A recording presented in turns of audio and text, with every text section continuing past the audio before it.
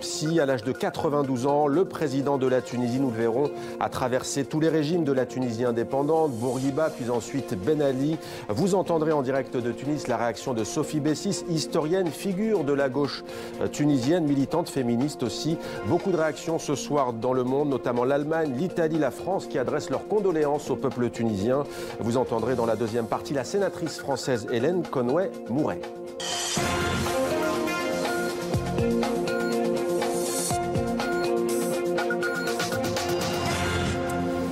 Il restera comme le premier président de la Tunisie élu démocratiquement au suffrage universel direct. Béji Caïd Essebsi est donc mort à l'âge de 92 ans. Il est arrivé au pouvoir en 2014, il y a 5 ans. C'était 3 ans après le départ de Ben Ali.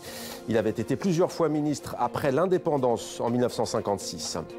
C'est le président du Parlement tunisien, Mohamed Ennasser, 85 ans, qui va assurer l'intérim à la présidence tunisienne. Nous verrons quelles sont les réactions à travers le pays. Et puis de nombreux hommages affluent. La chancelière allemande Angela Merkel salue un acteur courageux sur le chemin de la démocratie. Le chef du gouvernement italien Giuseppe Conte fait part de ses profonds regrets pour un homme, dit-il, d'état d'une grande humanité. Le Qatar présente lui ses condoléances à la Tunisie. Béji Caïd Essebsi est mort dans l'exercice de ses fonctions à l'âge de 92 ans. Il avait été hospitalisé hier soir, 1 mois seulement après son grave malaise dont on vous avait parlé. Retour sur sa longue carrière politique avec Maëva Defroyenne. Il était le premier président démocratiquement élu au suffrage universel de l'histoire de la Tunisie. En 2014, Béji Caïd Essebsi est élu après l'adoption de la nouvelle constitution. Aujourd'hui, c'est le commencement de l'avenir. Nous espérons que nous serons ensemble. Nous saluons notre peuple, nos femmes, nos hommes et nos filles. Nous les remercions pour leur confiance. Nous saluons aussi les personnes qui ont voté pour notre concurrent, le docteur Monsef Marzouki. Sa carrière politique a commencé cependant bien plus tôt. Fervent militant pour l'indépendance de la Tunisie, avocat de formation, il est proche d'Habib Bourguiba, premier président tunisien et père de l'indépendance en 1956. C'est à cette époque qu'il devient son conseiller, puis son ministre de l'Intérieur. Il devient ensuite successivement ministre de la Défense et des Affaires étrangères, ambassadeur de Tunisie en France. Au début des années 1990, Béji Caïd Essebsi devient président du Parlement sous Ben Ali, l'ancien dictateur tunisien, évincé du pouvoir par la rue en janvier 2011. C'est à ce moment-là qu'il revient sur le devant de la scène. Il est alors nommé Premier ministre provisoire. En 2012, il fonde son propre parti, Nida Tounes, en français l'Appel de la Tunisie, pour rassembler l'opposition. Il mène son parti à la victoire aux élections législatives de 2014, puis remporte dans la foulée l'élection présidentielle face au président sortant, Monsef Marzouki. À 92 ans, le président Essebsi était l'un des chefs d'État les plus âgés en exercice. En avril dernier, il avait annoncé ne pas être candidat à la présidentielle pour, selon lui, ouvrir la porte aux jeunes. Et la France vient de réagir via un communiqué officiel de l'Élysée. Le président français Emmanuel Macron rend hommage à Béji Caïd Essebsi, un ami de la France et un dirigeant courageux pour Emmanuel Macron. On retrouve en direct de Tunis notre correspondante Mabrouka Kedir. Bonsoir Mabrouka, vous êtes au cœur de la capitale tunisienne. Comment réagit-on ce soir au sein de la population à la disparition du président tunisien ? En fait, oui, dans les rues de la capitale Tunis, les rues sont vides puisque aujourd'hui c'est un jour férié pour les Tunisiens. C'est la fête de la République. Du coup, il n'y a pas vraiment beaucoup de citoyens dans la rue, mais il y a certainement beaucoup de réunions qui se tiennent cet après-midi au sein du Parlement tunisien, au sein de l'instance indépendante des élections, pour prendre les procédures nécessaires pour gérer la situation en Tunisie le jour qui vient. Alors, les funérailles de président Béji Caïd Essebsi auront lieu le samedi prochain. Le ministre des Affaires étrangères, il a commencé à envoyer les invitations aux présidents de différents pays pour assister après-demain aux funérailles. Mais dans la capitale de Tunis, il n'y a pas vraiment un grand mouvement puisque c'est un jour férié pour le Tunisien. Quant à Mohamed Ennasser, qui est maintenant le président par intérim, il vient de prendre officiellement la présidence de la République au sein du Parlement tunisien. Et du coup, maintenant, il est officiellement le président par intérim pour la Tunisie pour la période qui vient, dans une durée qui ne dépassera pas 90 jours depuis aujourd'hui, mais en minimum de 45 jours pour la période qui vient. Justement, Mabrouk Akedir, quel est le calendrier? Que va-t-il se passer maintenant? Dans les heures qui viennent, l'instance indépendante des élections, elle a annoncé qu'elle aura une réunion dans les heures qui viennent pour regarder du nouveau le calendrier électoral en Tunisie. Ce qui est certain, en fait, c'est que le calendrier sera changé. Les dates seront peut-être annoncées et avancées avant les 45 jours et 90 jours, la période de Mohamed El-Nasser par intérim. Et du coup, l'instance indépendante des élections, elle a déjà déclaré qu'elle va avancer les présidentielles qui est prévu pour le 17 novembre prochain. Et du coup, ça ne doit pas passer le 25 octobre prochain. Et nous sommes en train d'attendre les nouvelles dates pour les présidentielles. Mais il y a aussi les élections législatives prévues pour le 6 octobre prochain. Donc, certainement, ils vont avancer les présidentielles et ils vont annoncer les dates. Cet après-midi, les dates seront communiquées au président du gouvernement, Mohamed El-Nasser, président de la République, Mohamed El-Nasser, qui prendra sa place à la présidence à partir de ce soir. Donc tous les Tunisiens attendent les nouvelles dates parce que ce sont des élections très importantes pour la Tunisie, pour la stabilité du pays. Et les partis politiques, tous les partis politiques pratiquement, ils ont appelé à une unité sociale pour maintenir la sécurité dans le pays. Merci beaucoup d'avoir été avec nous, Mabrouk Akedir, en direct de Tunis. Unité sociale, dit-on ce soir dans la classe politique. Unité nationale, peut-être aussi sans doute, pour le savoir, direction Sousse en Tunisie, où l'on retrouve l'ancien président de la Tunisie, Moncef Marzouki. Bonsoir, merci d'être avec nous. Vous avez été le premier président après le départ de Ben Ali. Comment réagissez-vous ce soir à la mort de Béji Caïd Essebsi?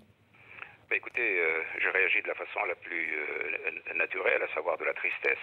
C'est un acteur politique important avec lequel j'ai eu affaire à la fois quand j'étais président, après dans l'opposition. Vous savez, les acteurs politiques, même quand ils sont des adversaires, il y a des liens très particuliers qui se nouent entre eux. Donc voilà, il y a de la tristesse. Mais en même temps, il y a, comment dire, une sorte de soulagement. Parce que la pire des hypothèses, ça aurait été justement que cet homme qui a été diminué soit sous la coupe de je ne sais trop qui, et qu'on aurait vu un peu cette phase de délitement, de déliquescence qu'on a vécu sous Bourguiba. C'est de ça que j'avais peur. Fort heureusement, ceci n'a pas eu lieu. Je pense que c'est pour le bien de la Tunisie, pour le bien du président Essebsi lui-même, à qui je tiens à rendre hommage. Et d'une certaine façon, ça me rassure parce que voilà, maintenant, la Tunisie, les choses sont extrêmement claires, alors qu'il y a 2-3 semaines, les choses étaient très floues et on avait vraiment peur d'un scénario à la Bourguiba. Moncef Marzouki, vous êtes un adversaire politique, disons-le, vous n'êtes pas du même bord politique. Non, vous avez longtemps été dans l'opposition à Ben Ali.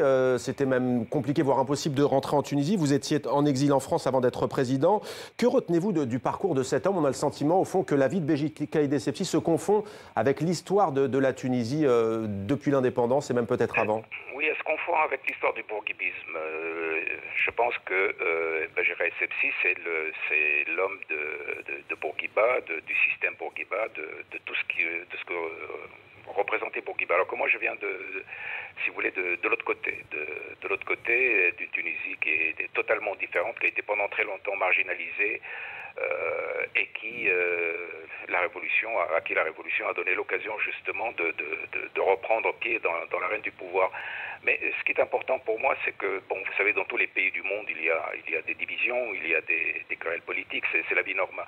Ce qui est le plus intéressant pour moi, c'est qu'aujourd'hui, il y ait cette transition pacifique qu'on n'observe pas, malheureusement, dans les autres pays arabes, puisqu'il y a eu déjà une première transition en 2011, où je rappelle que Beji Caïd Essebsi était à l'époque Premier ministre. Il a transmis le pouvoir à Hamadi Jebeli, donc le Premier ministre islamique d'Ennahda.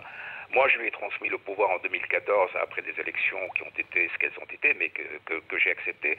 Maintenant, il y a une transmission de pouvoir, puisqu'aujourd'hui même, nous avons de nouveau un président de la République dûment intronisé qui sera là pendant 3 mois et qui lui-même remettra le pouvoir au prochain président de la République. Je veux dire qu'il y a quelque chose d'assez extraordinaire dans notre pays, cette continuité de l'État dans d'une façon qui n'existe absolument pas dans le reste des pays arabes. Et ça, pour moi, c'est quelque chose d'important. Merci Monsef Marzouki, ancien président de la Tunisie. Il est vrai que la Tunisie est souvent citée en exemple et en modèle pour le monde arabe. On va maintenant prendre la direction, on va rester en Tunisie d'ailleurs, avec Sophie Bessis qui est avec nous. Bonsoir Sophie Bessis. Vous êtes historienne, vous êtes une figure de la gauche tunisienne, militante féministe également. Vous avez écrit d'ailleurs un dernier ouvrage un peu prémonitoire, Histoire de la Tunisie, de Carthage à nos jours, édition Talendier. Même question, hein. La première évidemment, quel est votre ressenti ce soir après la disparition de cette figure de la vie politique tunisienne qu'est Beji Caïd Essebsi? Écoutez, cette disparition était attendue depuis un mois, hein, puisque des rumeurs avaient déjà couru il y a un mois sur sa disparition. Il faut d'abord évidemment saluer la personne de Beji Caïd Essebsi. Cela dit, heureusement pour la stabilité tunisienne, pourrait-on dire, le chef de l'État était en fin de mandat, comme vous le savez, et donc il y aura des petites modifications du calendrier électoral, mais comme les élections étaient prévues début novembre, cela n'instaure pas une période de transition longue ni importante, et c'est une bonne chose pour la continuité des institutions tunisiennes, puisque pour l'instant la transition fonctionne correctement. Le président de l'Assemblée nationale va donc prendre ses fonctions de président, de chef de l'État par intérim,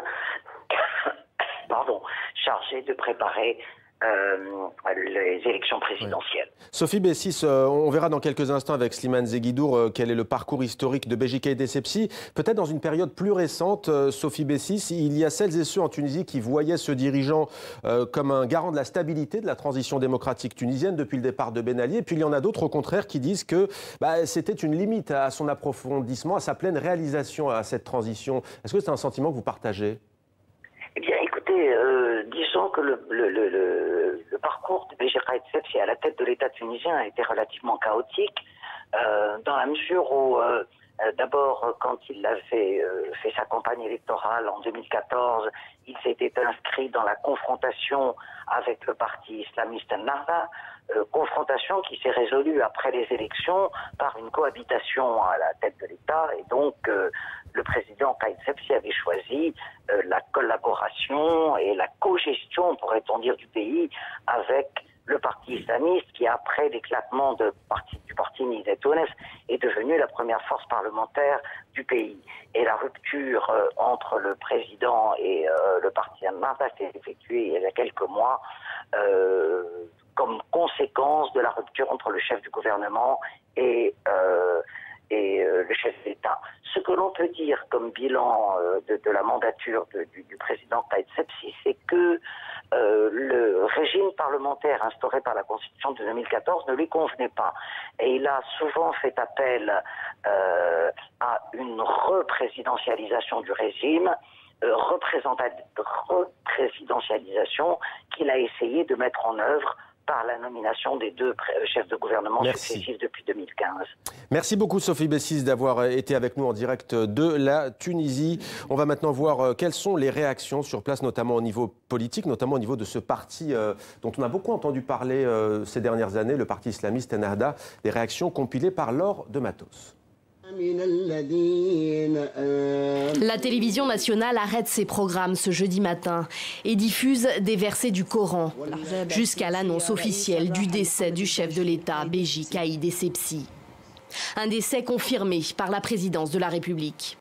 Ennahda, première force politique du pays, relaie l'information sur sa page Facebook. Saïda Ounissi, ministre de l'Emploi, Ennahda, réagit elle sur Twitter. Paix à l'âme de notre président Beji Caïd Essebsi qui nous a quittés ce matin. Premier président élu de la Seconde République et l'un des hommes d'État qui marquera à jamais l'histoire de notre nation. Nombre de personnalités politiques et de la société civile saluent celui qui restera comme le premier président élu démocratiquement en Tunisie et qui était encore au travail il y a 3 jours. Il a été là dans les moments difficiles où les Tunisiens voulaient que les choses se passent bien. Il était vraiment présent, mais aussi en tant qu'initiateur de la question de l'égalité dans l'héritage et de l'égalité et des libertés individuelles. Lui, il a eu le courage d'aborder des questions qui n'étaient pas facilement abordées dans notre société. Maintenant, c'est aux autres de faire la suite du boulot. Comme le prévoit la Constitution, c'est le président du Parlement tunisien qui prend l'intérim à la tête du pays. Je voudrais saluer ce que le président Béji Caïd Essebsi a fait pour construire un État indépendant, puis en être le président pendant ces 5 dernières années.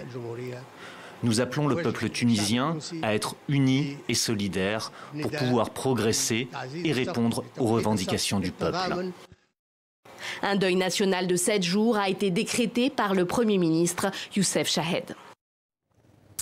Notre éditorialiste Slimane Zeguidour est avec nous. Bonsoir Slimane. Bonsoir. Béji Caïd Essebsi est donc mort à l'âge de 92 ans. Quel homme politique était-il? Était-ce un homme d'État? Disons, c'était un grand commis de l'État. Il a, vous l'avez dit, accompagné la Tunisie depuis les premiers jours de l'indépendance jusqu'à ce matin. Ouais. Et c'est un homme qui n'est pas un homme d'action, ce n'est pas un grand visionnaire. Il n'a pas provoqué de remous particuliers, mais il a servi de façon rigoureuse, en bon homme de dossier, de façon tout à fait légitimiste, tous les gouvernements, aussi bien celui de Bourguiba que celui de Ben Ali, que dans la transition qu'il vient de garantir en tant que caution rassurante, morale et comme un gage de fiabilité pour les partenaires historiques de la Tunisie. Ouais. Alors Slimane, il y a une anecdote, tout le monde ne le sait pas forcément, une anecdote que vous connaissez sur Béji Caïd Essebsi depuis longtemps, ce sont ses origines. Et oui, c'est l'arrière-petit-fils d'un sarde, donc un Italien catholique, qui a été capturé par des pirates tunisiens et qui a été ramené à Tunis. Et comme il était très talentueux et qu'il avait beaucoup de talent, il a été adopté par la cour du bey de Tunis. Et il a été chargé de l'administration des tabacs, car le nom de Caïd Essebsi veut dire le maître du tabac ou le maître des pipes à tabac. Et c'est pour cela que il a été intégré donc dans l'aristocratie tunisienne, est devenu un très bon musulman. Et Caïd Essebsi en est le descendant direct. Monsef Marzouki disait tout à l'heure, Slimane, que la Tunisie était peut-être et sans doute même le seul pays arabe à avoir, dans pareil cas, une continuité de l'État. Quand on voit ce qui se passe aujourd'hui en Algérie, cette forme de suspension comme ça, avec ce mouvement de contestation pacifique qui dure, mais dont on ne voit pas l'issue, est-ce que vous lui donnez raison à Monsef Marzouki? Oui, parce qu'il y a une singularité tunisienne. Il y a une continuité de l'État, pas seulement depuis l'indépendance. Déjà à l'époque ottomane, quand la Tunisie était une province ottomane, les Turcs qui gouvernaient la Tunisie pour le compte d'Istanbul, c'était, comme on dit, créolisé, un peu comme les Espagnols d'Amérique du Sud, qui ont développé des patriotismes locaux contre la maison mère. Et il y a une constitution, ou un début de constitution en Tunisie, dès le milieu du 19e siècle, avec abolition de l'esclavage. Et autre singularité moderne, cette fois-ci, de la République tunisienne, c'est que l'armée tunisienne est la seule armée arabe, et là de façon tout à fait formelle, qui n'a jamais été tentée par un putsch violent et militaire. Elle ne se mêle pas de la politique. Oui. Merci beaucoup Slimane pour ce décryptage donc sur la mort de Béji Caïd Essebsi. Voilà ce que l'on pouvait dire alors qu'il est sur cette disparition. On y revient bien entendu d'ici la fin de cette édition. Autre image de l'actualité, Boris Johnson qui a dévoilé la composition de son gouvernement. Le nouveau Premier ministre britannique s'est débarrassé d'une très large partie de l'équipe de Theresa May. Virage à droite, Boris Johnson a nommé au poste clé de fervents partisans du Brexit, comme par exemple Saïd Javid, ministre des Finances, Dominique Raab, qui hérite de la diplomatie, ou encore Priti Patel, nouvelle ministre de l'Intérieur. L'Europe suffoque, la canicule affole le thermomètre avec des records qui tombent les uns après les autres au fil des heures. 42,4 degrés à Paris, 40,6 degrés relevés en Belgique, c'est historique. Image compilée par Grégory Fontana. Partout, les cartes météo s'affichent en rouge. Les températures se résument en 2 mots, record et historique. Et à chaque fois, le même constat. Et on le voit, ce qui saute aux yeux, c'est la couleur de nos régions, identique aux régions où c'est monnaie courante d'avoir 40 degrés en journée, c'est-à-dire les zones désertiques africaines. L'alerte rouge, c'est une première en Belgique, plus de 40 degrés à Liège. Bruxelles ferme ses services au public dès la mi-journée. Retard et annulation de trains s'affichent dans les gares. Exemple entre Bruxelles et la France. Et là, eh bien, les trains doivent rouler à 50 km/h. Et d'autres ont même été stoppés pendant plusieurs heures. 300 passagers bloqués dans un train Thalys, 600 autres dans un Eurostar. Des passagers ont été désignés pour pouvoir rester près des portes et assurer le fait que personne ne rentre et ne sorte. En attendant, il fait vraiment très très chaud. Sous la chaleur, les rails se déforment et en France, dans les 20 départements placés en vigilance rouge, les autorités multiplient les messages de prévention. J'insiste, si on peut éviter ou reporter un déplacement, il faut le faire. Paris bat son record absolu de chaleur, 41 degrés. Les services de secours et d'urgence sont en alerte. Pic de pollution dans les grandes villes et restrictions de circulation pour les véhicules les plus polluants. 77 départements sont concernés par des restrictions d'eau, la sécheresse et ses conséquences inattendues. Depuis 3 jours, partout en France, ces feux de récolte se multiplient, comme ici dans l'Oise. La Suisse prend des mesures d'urgence dans 3 cantons pour les agriculteurs touchés par la sécheresse et on annonce une fonte accélérée de la neige en haute montagne. Et là aussi... La rupture d'une poche d'eau dans une zone de glacier, puis une masse d'eau grise et boueuse qui dévale dans les rues de Zermatt. La soirée a été agitée. Londres suffoque, l'Allemagne a droit elle aussi à son record absolu de chaleur, tout comme aux Pays-Bas où l'on a ressorti les saleuses comme en plein hiver, mais cette fois-ci, c'est pour éviter que le goudron ne fonde.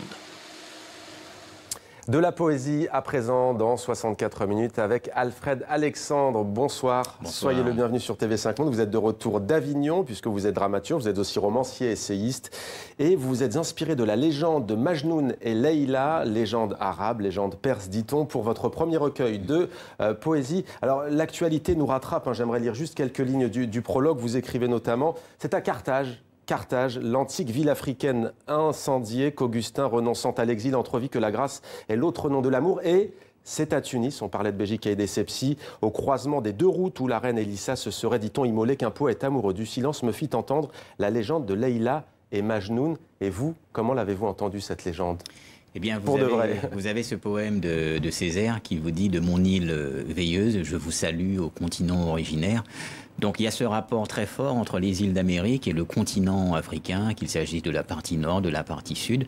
Donc il y a cette trajectoire de l'imaginaire qui traverse Césaire, qui traverse Fanon, qui traverse Boukman. Et donc les îles d'Amérique sont très attachées aussi à l'imaginaire du continent. Donc ici, il s'agit de transposer dans les îles d'Amérique, à Carthagène des Indes, un mythe littéraire qui évidemment prend son origine à Tunis et notamment passe par Carthage. Et pour ce faire, vous adoptez une poésie et une narration originale. Leïla dit que certains jours nos îles meurent l'après-midi au bord de l'océan. Leïla dit que depuis qu'elle m'a aimé, sa soif est une soif d'îles qui nage vers les continents. Leïla dit que longtemps elle a cru ne jamais mériter même la caresse d'un grain de sable, cherchant au bout des doigts l'amour sur son visage. Pourquoi ce style de narration ? Leïla dit que... Ici, si vous voulez, c'est Leïla qui parle. La légende, d'une certaine façon, raconte l'absence, dit le mythe, mais ici, on entend la parole de Leïla à travers le poète, d'une certaine façon, qui a besoin de l'absence, qui a besoin donc de cette marque du désir qu'est l'absence, et qui est la matière du poème. Donc on a une construction anaphorique, Leïla dit, Leïla dit, Leïla dit, mais cette parole est celle d'une absence, d'un désir et donc d'un amour impossible. Leïla qui nomme donc l'absence, elle fait aussi de l'amour une sorte d'île. Dites-nous si c'est comme ça que le lecteur vouliez qu'il le ressente, mais qui évite au fond aux amants, aux maîtresses, à la fois la mort et la folie. Oui, absolument, parce que la légende de Leïla et Majnoun, c'est la légende d'un amour impossible, de l'amour fou, thématique qui traverse toute la mystique littéraire arabo-persane, qu'on retrouve aussi dans la philosophie, chez Platon, chez les soufis, qu'on retrouve aussi dans nos grands mythes littéraires qui traversent la littérature occidentale, Tristan et Isolde. Donc nous sommes ici dans le lyrisme amoureux. Est-ce que vous, qui vivez à Fort-de-France, vous faites partager cette histoire aux Antilles et à la Caraïbe? Eh bien, depuis nos îles d'Amérique, certains et certaines étaient surpris que finalement je réactive ce mythe. Et d'une certaine façon, le livre est l'occasion pour les lecteurs antillais de rencontrer ce mythe qui n'est pas très connu en Martinique. Alors, autre livre que vous avez écrit, c'est Aimé Césaire, La part intime. Il me semble que vous allez bientôt vous intéresser à Frantz Fanon. Un mot sur ce livre, Aimé Césaire, La part intime, pour donner envie à nos téléspectatrices et à nos téléspectateurs de le lire. La porte d'entrée dans la poésie de Césaire, c'est toujours la thématique de la négritude, toujours la thématique du politique. Or, Césaire n'a cessé de répéter qu'avant d'être politique, sa poésie est intimiste. C'est d'abord un questionnement sur le moi, sur le soi intérieur, et au bout de cette quête de soi, on découvre l'histoire qui a été occultée, on découvre le collectif, et pour que le soi intérieur se libère, il faut d'une certaine façon s'approprier et accepter son histoire. Donc la négritude, si on veut, est l'aboutissement de cette quête de soi. L'aboutissement de cette quête de soi. Il y a aussi Le Bar des Amériques. C'est un roman, cette fois, mémoire d'Encrier. Merci beaucoup d'avoir été avec nous, cher Alfred Alexandre. Je rappelle donc La Ballade de Leila Khan, Alfred Alexandre. Mémoire d'Encrier pour la maison d'édition. Voilà pour la poésie. Merci beaucoup. Merci beaucoup. Avant de refermer cette première partie, je vous en rappelle la principale information. Béji Caïd Essebsi est mort à l'âge de 92 ans. Premier président élu démocratiquement en Tunisie. Il était arrivé au pouvoir en 2014, 3 ans après le départ de Ben Ali. Il avait été plusieurs fois ministre après l'indépendance en 1956, à la fois sous Bourguiba puis sous Ben Ali. C'est le président du Parlement tunisien Mohamed Ennasser, 85 ans, qui va assurer l'intérim à la présidence. Restez sur TV5 Monde. On se retrouve après une courte pause.